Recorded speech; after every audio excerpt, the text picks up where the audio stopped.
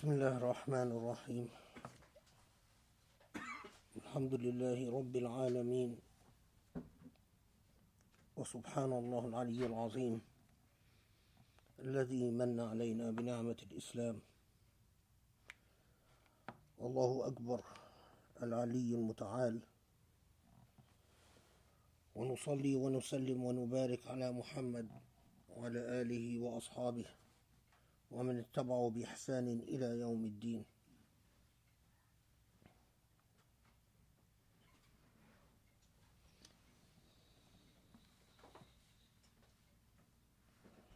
لا إله إلا الله.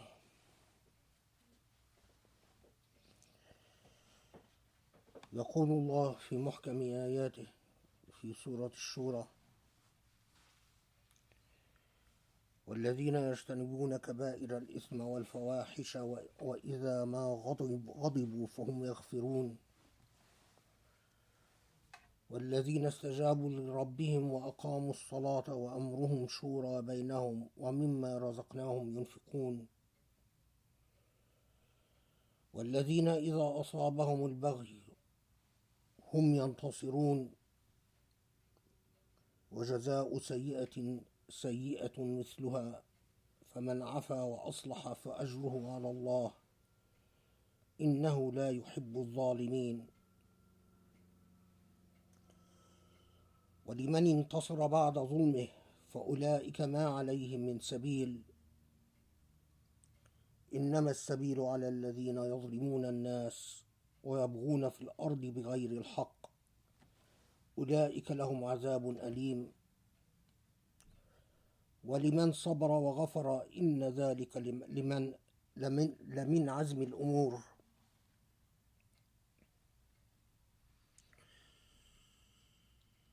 صدق الله العلي العظيم.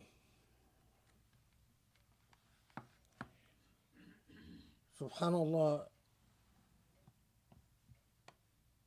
الذي لا تقال إلا له.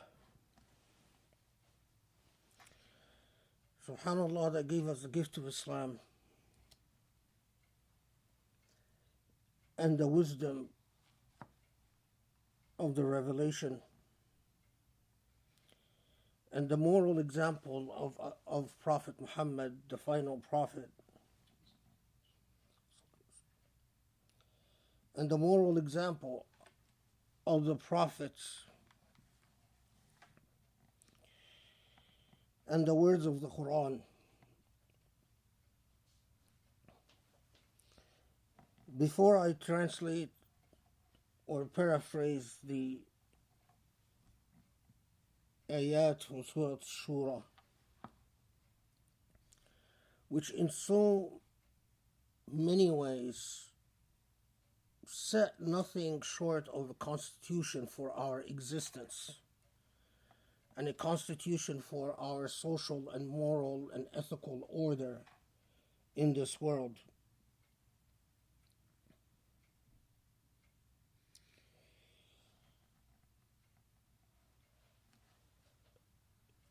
The Quran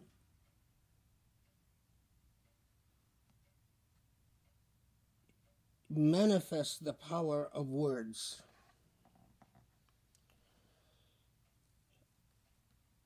And the reason words make a great deal of difference is because of the assumption of creation, of nature, of the way that Allah created existence, that human beings are intelligent animals, animals capable of reason and reasoning, and intelligent animals and rational animals respond to words. If you reflect upon it, Qudrat al-Aql, as the Quran persistently reminds us, in calling us to our uqul, to our reason. it's simply underscoring something that we all innately know, that what constitutes the earmark of the human species is that it is an animal capable of reason. And the way that you reach that reason is through the power of words. The more human beings stop responding to words, the more words lose their place and their role in the life of human beings, the more dehumanized the human factor become. So, if you reflect upon this, you will find a direct correlation between Amran, or civilization, and the habits of those who constitute this civilization. Their habits in terms of their ability to respond to words, to reason. Put differently, in the same way that Allah created the universe through the power of words, Allah says for something to be, so it bees. Allah effects creation through words. The most miraculous thing about human beings is their ability to decide upon their path, having comprehended the power of words. What makes us accountable before Allah is either our willingness to respond to words, or our refusal and our obstinance before words. Again, if you reflect upon the rather obvious, without words, there would be no accountability. In law, if there is no notice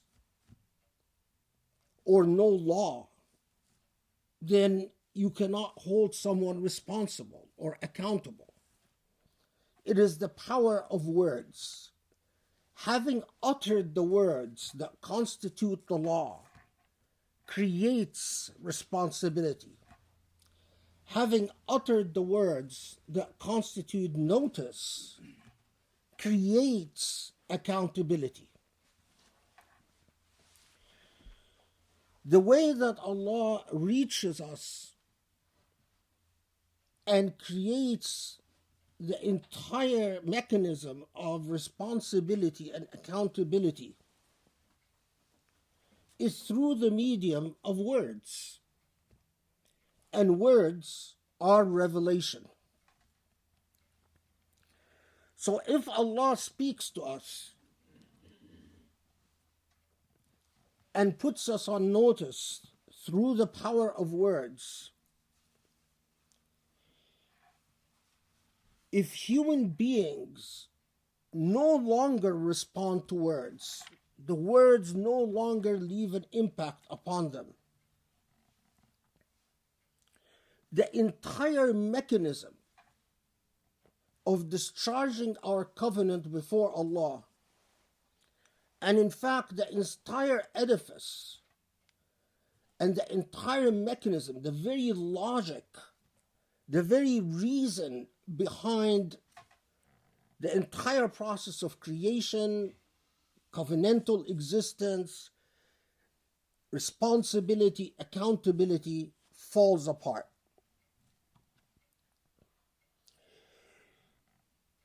So, in Surah Al-Shura, when Allah puts us on notice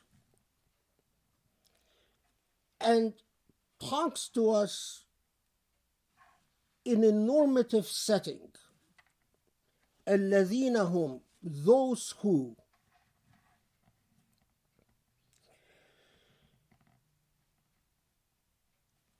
Allah is describing the state of a people who not only exist in a covenantal relationship with Allah,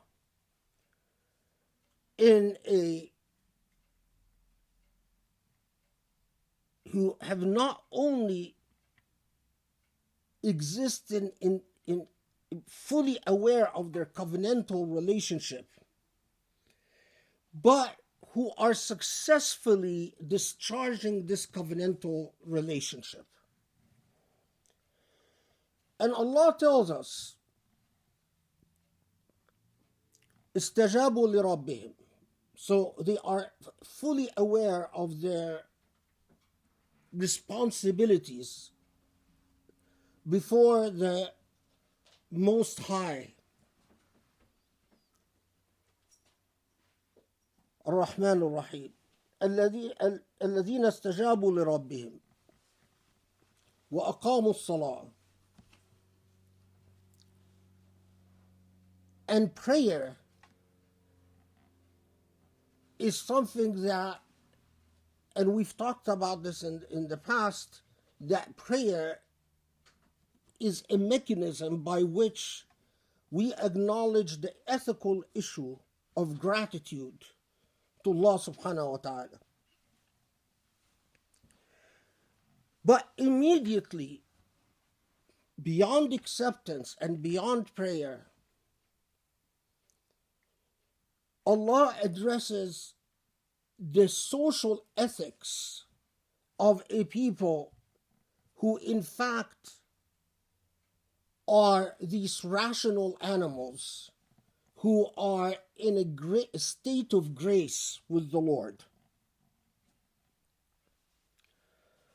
أمرهم شورى بينهم ومما رزقناهم ينفقون. They conduct their affairs through a system of shura.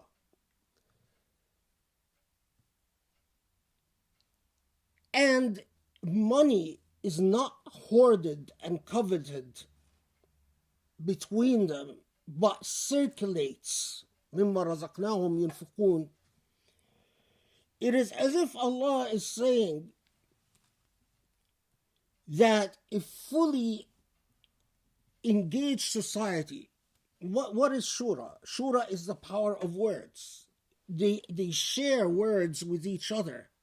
Now, if they share words and they all ignore each other's words, in other words, if they do shura and consultation, that doesn't even come close to the idea. So I don't, maybe the better word is deliberation. That their affairs are deliberative among each other, between them.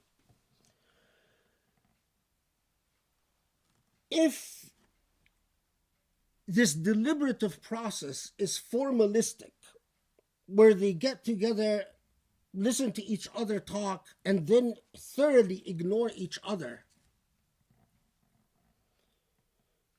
it is hard to imagine that we could say that they've discharged the obligation of shura. Now, of course, in Islamic law, they get into this argument about whether shura is mulzama or ghayr mulzama, binding or not binding. I'm not going to get into that, because that has become a legalistic, technical topic. I am talking about the social ethics of rational Muslim human beings. Their issues are always, the way they negotiate their affairs in life is deliberative. And it is as if this active, deliberative process also leads to the circulation of wealth. But critically, very quickly, in the ayah right following, Allah reminds us, والذين إذا أصابهم البغي فهم ينتصرون. Again, if we are people that take words seriously, when Allah reminds us that those who are in a state of grace with God, استجابوا لربهم, there is a state of ijaba or istijaba. Their affairs are deliberative. Their wealth is not coveted, hoarded. There isn't sharp inequities between the poor and the rich in this society. But then quickly Allah reminds us, in this social ethical order, if there is injustice, baghi, if there is injustice, and there is no way to address this injustice, in other words, if there is no mechanism for intisar ضد البغي, there is no way that in the Quranic language to be literally translated as victorious against injustice. What it means is that there are ways that you can address injustice. If you live in a society in which you cannot address injustice, in which baghi can occur, baghi is a form of ta'addi. Ta'addi is a form of aggression. In other words, when you violate someone else's rights, that's baghi. But what if you exist in a society in which rights can be violated, boundaries can be violated, territory can be violated, but there is no way for intisar ضد البغي, for addressing and conquering injustice? Can you say that this society then is in a state of istijaba li rabbihim, in a state of grace with the Lord? You can't. We don't take the words of the Quran as rational animals. We don't take the words of the Quran seriously. Again, a society in which there is an elite that rules like Fir'aun did, لا أريكم إلا ما أرى, you can only do what I want you to do. Like when Sisi was once talking to the Egyptian people and he said, listen to no one but me. اسمعوا كلامي أنا بس. There's only me.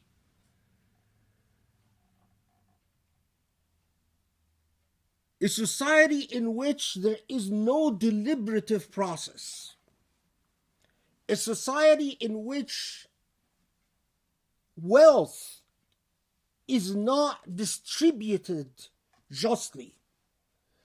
A society in which injustice can occur and there is no way to address injustice.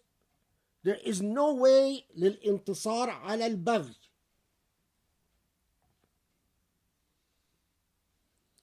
Cannot by definition be an Islamic society, leave alone be a just or moral or ethical society. Now, Surah Al-Shura goes to greater depths, philosophical depths beyond that, to tell us that as a principle of justice,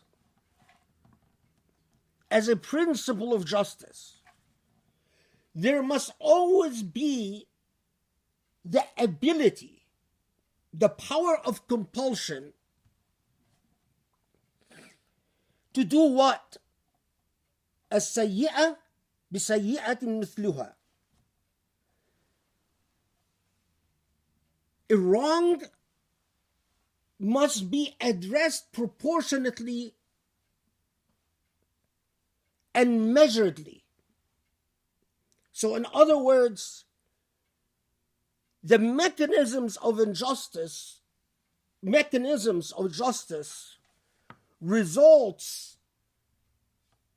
in the ability to address proportional wrongs in a proportional fashion. So, سيئة بالسيئة, wrong with its equal. If one person does infraction X and you punish them with 10 years, the second person does the same infraction and you punish them with 1 year, and the third person does the same infraction and you punish them with 20 years, do you have proportional justice? Obviously you don't. You don't have السيئة بسيئة. So the mechanisms of justice within a moral ethical order, it is not just deliberative, it is not just distributive justice, but even the ability to address injustices must have the logic of proportionality and measuredness and consistency for it to count as true justice. Now, beyond that, it is as if beyond the processes of justice, when the Quran addresses afw or forgiveness, it addresses itself to individuals.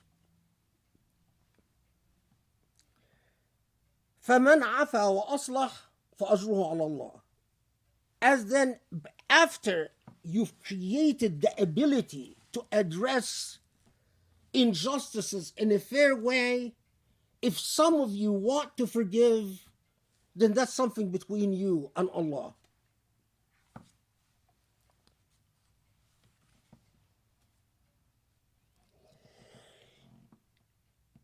And as if Allah wants to make this point abundantly clear to us,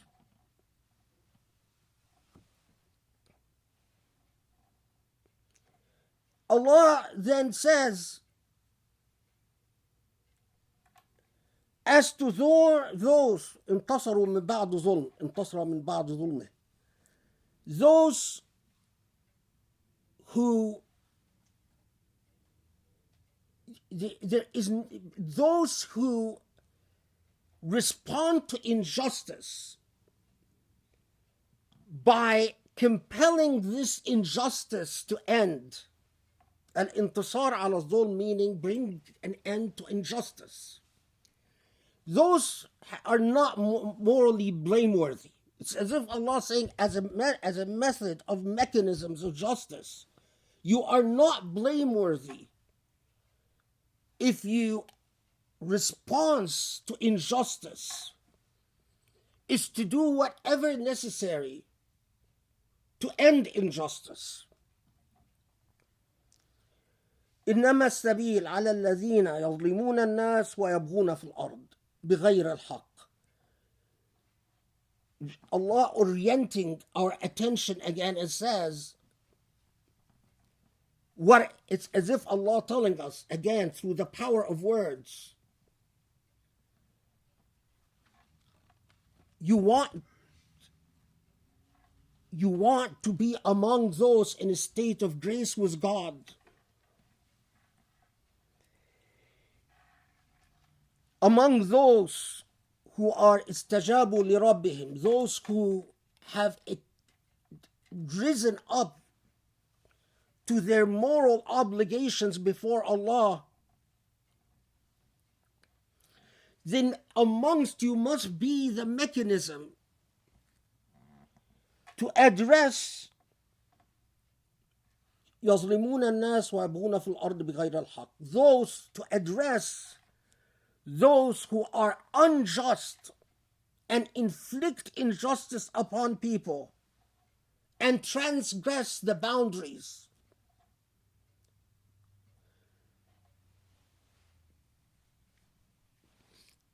Now, with words like these,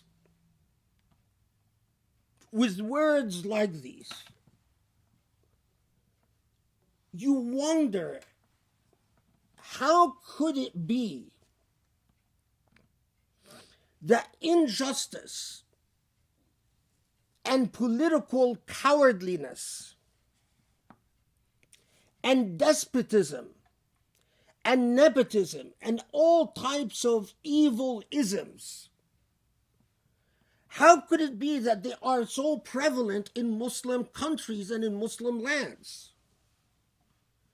If Allah makes it plainly clear to us, whether you want to call it democracy or you want to call it whatever you want to call it, that a state of grace with Allah, a state of istijaba lillah, can only be if your affairs are deliberative, if there is distributive economic justice amongst you, if within your society there are the mechanisms to address injustice, to compel the powerful and to empower the powerless.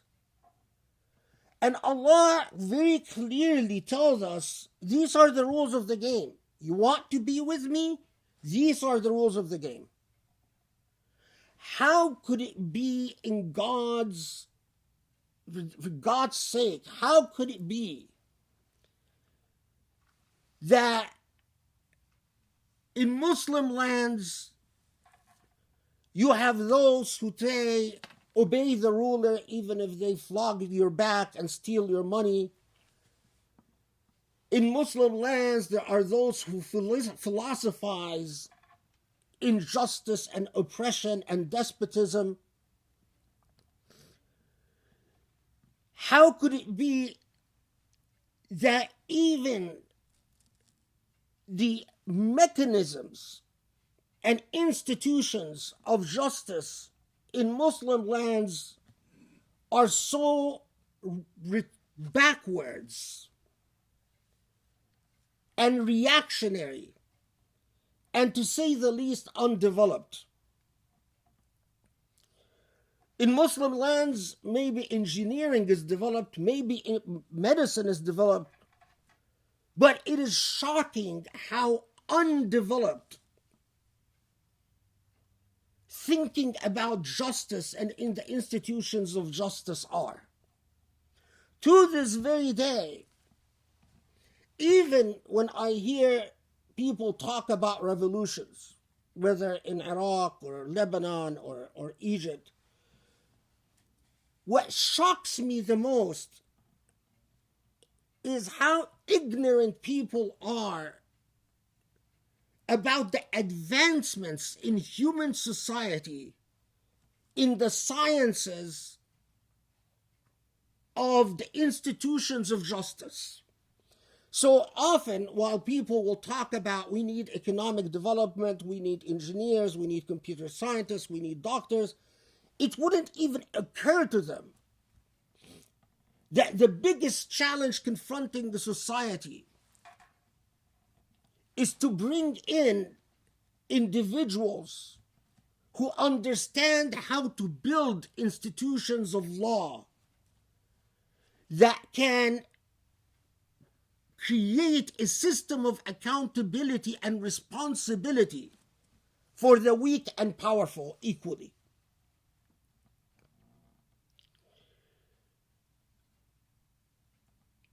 Whether Muslims in the West or Muslims in Muslim countries, our thinking about things like distributive justice, our thinking about the mechanisms of law and the institutions of law are so backwards that it is fair to say that we have attained zero development.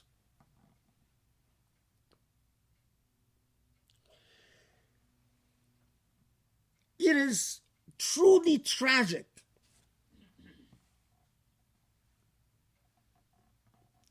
that we still live in an age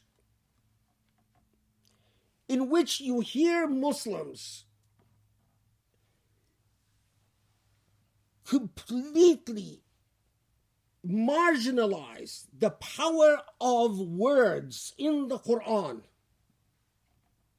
and set aside the magic of words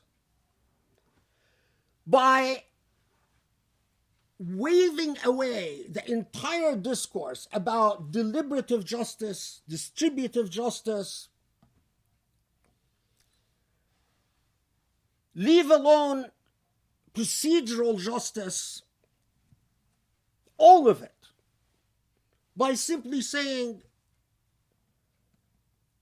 whoever has shawka, whoever has power, has the right of obedience. This is, and because khutbahs, as I said before, the sunnah of the Prophet ﷺ is that his khutbahs always related to the living affairs of his ummah.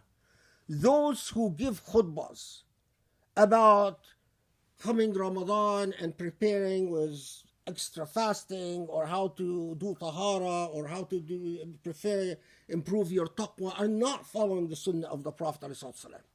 The sunnah of the Prophet is that his khutbahs and the sunnah of the Sahaba after him, their khutbahs touched upon the living affairs of their ummah. Those who give khutbahs that have nothing to do with the living challenges of the ummah do not follow the sunnah of the Prophet ﷺ or the Sahaba. The sunnah they follow is the sunnah al-istibdad, the sunnah of despotism. After rulers, despotic rulers, come to power and want to control what is said in the khutbah. So bringing this back to our living life,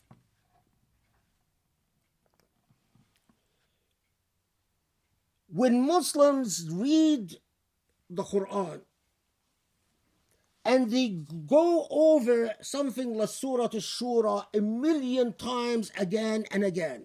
So how many Muslims have memorized the Quran? How many Muslims finish the Quran from cover to cover, or again and again and again?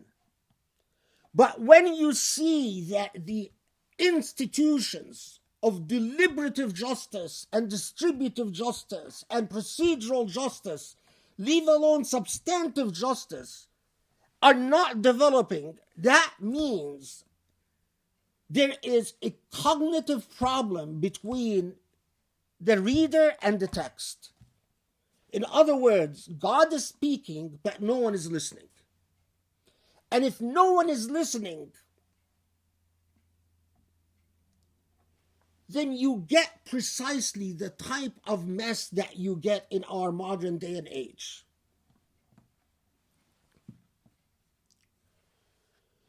When you see those people who are joining the type of Islam that in the Arab world, often the ruler of the Emirat is known as Shaitan al-Arab, the devil of Arabs. And he is really a devil. MBZ is a devil. There's nothing that could hurt Muslims that he's not involved in. Nothing. And MBS is a devil, and CC is a devil, and they're all demons. Shayateen al-Ins. But when you find an Islam that legitimates and justifies the ugliness, the sheer cruelty, the sheer barbarism, the incredible absolutism and autocracy and despotism of those like Hafiz al-Assad or Haftar or Sisi or MBS or MBZ or whatever other despot, it is a fair conclusion to say whatever hadith they rely on, they've killed the Quran. They've murdered the Quran. It is as if they've took the Quran and threw it in the garbage can. You can either approach the oral tradition of Islam, the oral tradition meaning riwayat, the hadith, the sunnah, the narratives about the tabi'in, and read this entire tradition in light of the moral guidance of the Quran. In other words, to interrogate that tradition in light of the moral, ethical universe that the Quran teaches you. Either you do that, or you end up with a paradox that cannot be reconciled. There are traditions of despotism that create reactionaries and backwards mentalities that cannot possibly aspire to the type of moral universe that the Quran challenges us to create. The moral universe of deliberative justice, distributive justice, procedural justice, and the substantive justice.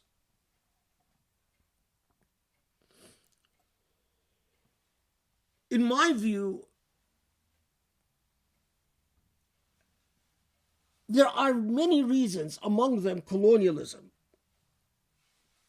where I can understand why Saudi Arabia is the way it is, the Emirates is the way it is, Egypt is the way it is, Libya is the way it is, etc., etc. Not just colonialism, but unfortunately, there are many people, many powerful people that want Israel to be the only democracy in the Middle East, that don't want anything like a democratic Arab world, that see democracy or any form of justice as existing in the Arab and Muslim world as a danger to Israel. There are a lot of people who think that way. And unfortunately, they're very wealthy and powerful people. And they're thoroughly convinced that in order to give Israel the higher moral plane, Israel must always be able to say, look to the West, we're the only good guys around in this area of the world. So, and if anyone ever establishes a democracy and denies Israel that claim, that somehow that endangers Israel. There are a lot of powerful people that think this way. But what I cannot understand, so there are many reasons to understand why Muslims are the way they are in the Muslim world, is when I find American Muslims or Muslims in the West ignoring the moral universe of the Quran, failing to understand anything about it, and produce an Islam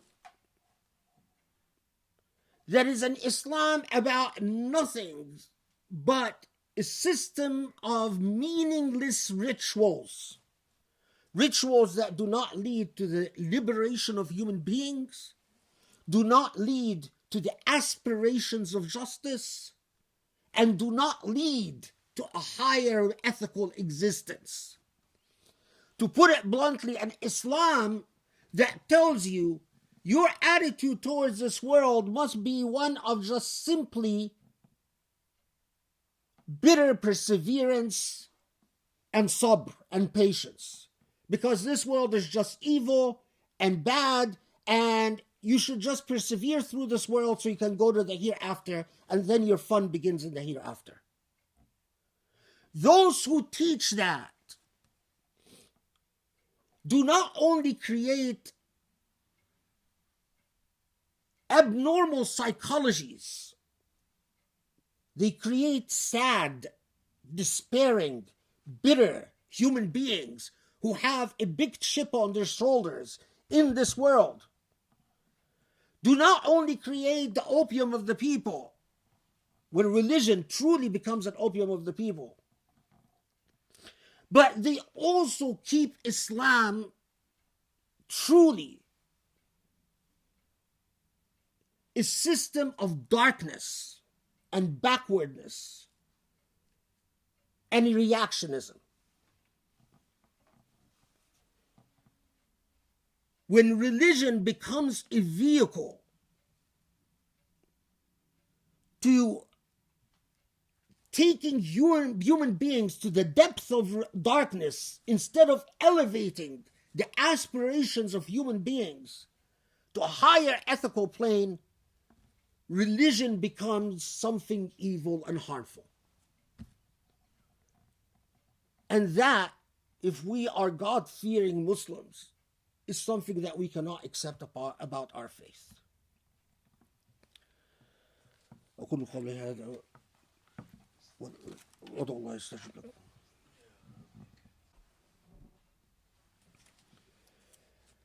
بسم الله الرحمن الرحيم. الحمد لله رب العالمين. الله أكبر العلي المتعال العظيم. نصلي ونسلم ونبارك على محمد وعلى آله وصحبه يا رب.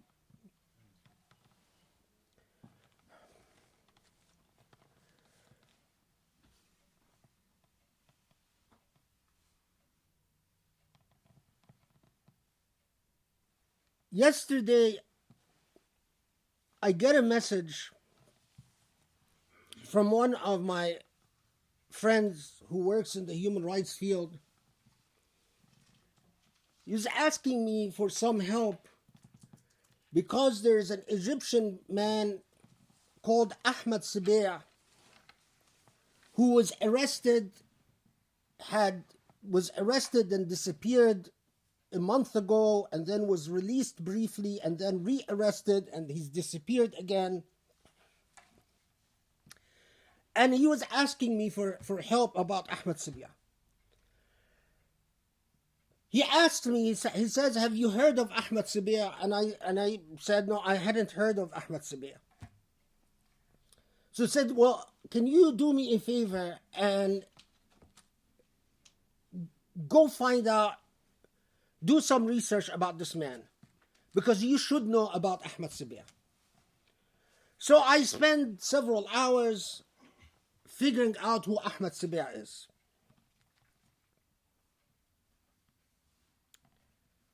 When I talk to you about justice, this is exactly what it compels me, and what burns me, and what hurts me. So I do research on who Ahmed Sabea is, and I find the following. Ahmed Sabea is a comparative religions scholar. He's a brilliant young man. Brilliant. I discovered that this man, who I didn't know about, has learned Hebrew, has learned Aramaic, does YouTube videos about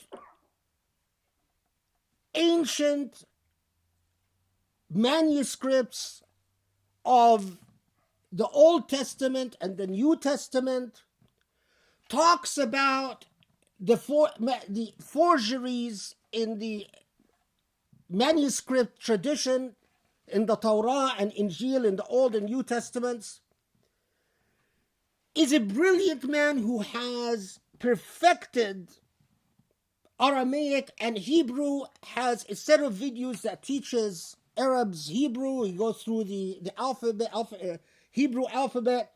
He has studied the Talmudic tradition. He engages in discussions about the history of the church, the comparative studies between the Quran and the Bible. A whole set of videos. Ahmed Sabea is responding to attacks and criticisms by evangelists and Islamophobes who attack the text of the Quran, and he responds in a variety of ways. And I went through this entire thing and I couldn't figure out why the Egyptian government would arrest Ahmed Sabea. The man doesn't talk about politics at all. He doesn't talk about the peace treaty. He doesn't talk about the so-called peace treaty, the deal of the century. He doesn't talk about Sisi. Doesn't talk about revolution. Doesn't talk about Saudi. Doesn't talk about the Emirat. Doesn't talk about anything political. All he talks about is the Quran, the Torah, and the Injil, the Old Testament, the New Testament, and the Quran, and the history of comparative religions. Then finally I find a video in which Ahmed Sabea talked about the following. Recently, some of you might have heard of this. There was the Pope was greeting people, saying hello to some people. A woman grabs the Pope's hand, Pope Francis, and pulls him towards her. The Pope lost his cool and started slapping the woman's hand so she will let go. The Pope apologized the next day and he said, I lost my temper.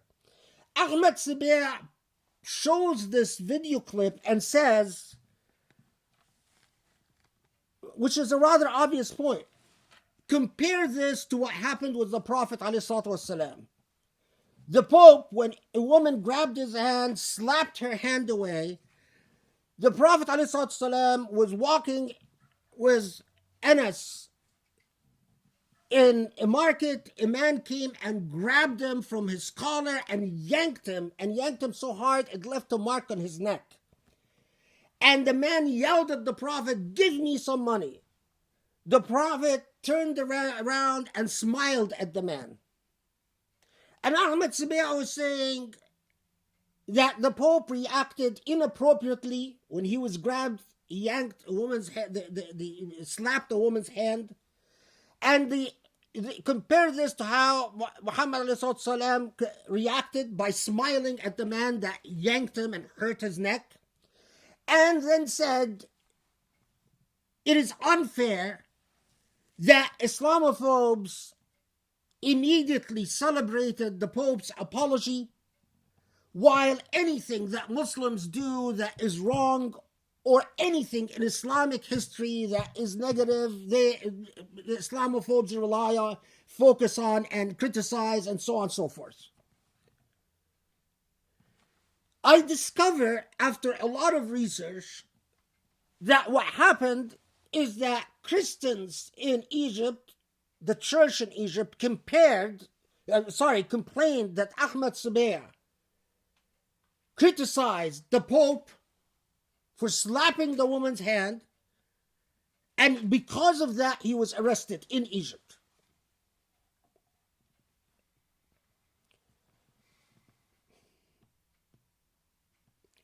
When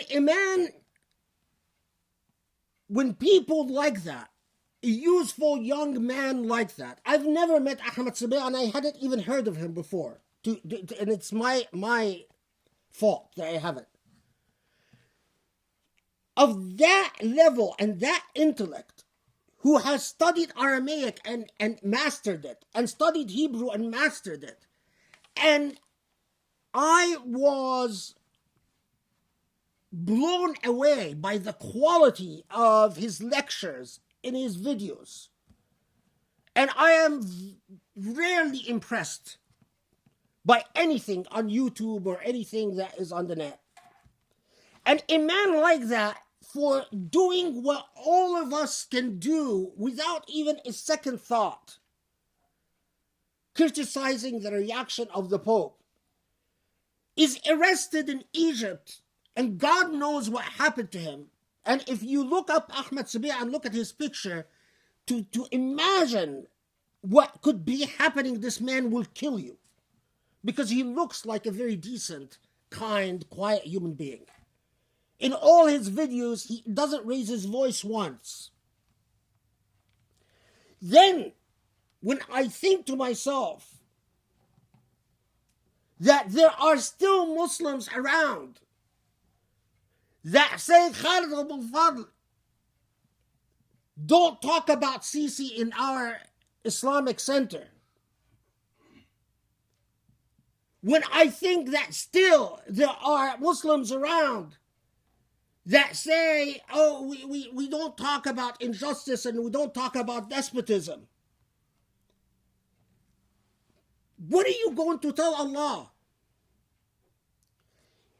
The arrest of someone like Ahmad Sabir is the arrest of every intelligent intellect in the entire Muslim world, in the same way that Allah tells us killing a single human being is like killing entire humanity. When you arrest a single intellect, you've arrested scholarship, an entire ummah. You've arrested the principle of the word. And you've preempted and aborted the possibilities of justice. When the reaction of Muslims and Arabs and Egyptians and non-Egyptians to an injustice, baghi, that is baghi, and baghi like that. Instead of instead of if they are hurt by baghi, they in fact overcome that aggression, conquer that aggression. If the reaction is, well, that's just the way things are, then I don't see Islam. Then there is no Islam. Then as far as I'm concerned, all those who can hear about something like the arrest of someone like Ahmad Sabir, and go on with their lives as if nothing happened, their prayers are worthless, their fasting is worthless, their entire practice is worthless. At a minimum, if they cannot do anything, that their heart condemns it. Because if your heart doesn't condemn it, then there is no dharra min iman, then there is not even an iota of iman. At a very minimum, when you find someone speaking up, don't discourage them and don't shut them up.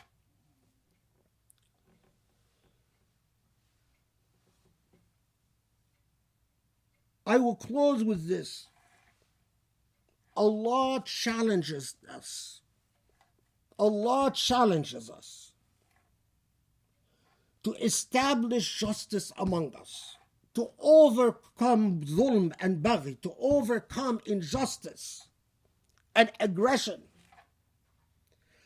Allah challenges us to institute justice through its various branches: deliberative justice, distributive justice, procedural justice, and substantive justice. Allah challenges us to do so as an extension of our covenantal relationship with Allah. And as long as we do not realize that Islam is heart and soul a rebellion against injustice and oppression and despotism and suffering, then we have betrayed Islam itself. Allahumma afu anna, Allahumma aghfir lana, Allahumma arhamna, Allahumma ansur al-Islam, wahdina li-aqraba min hadha rashada ya Ali ya Azim. Allah, forgive our sins. Grant us your guidance and your light and your illumination.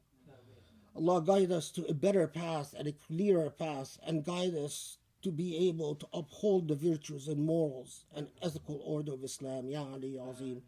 Wa salli wa sallim wa barik ala Muhammad wa ala alihi wa ashabihi wa man tabi'ahum bi ihsan ila yawm ad-din wa aqim as-salah.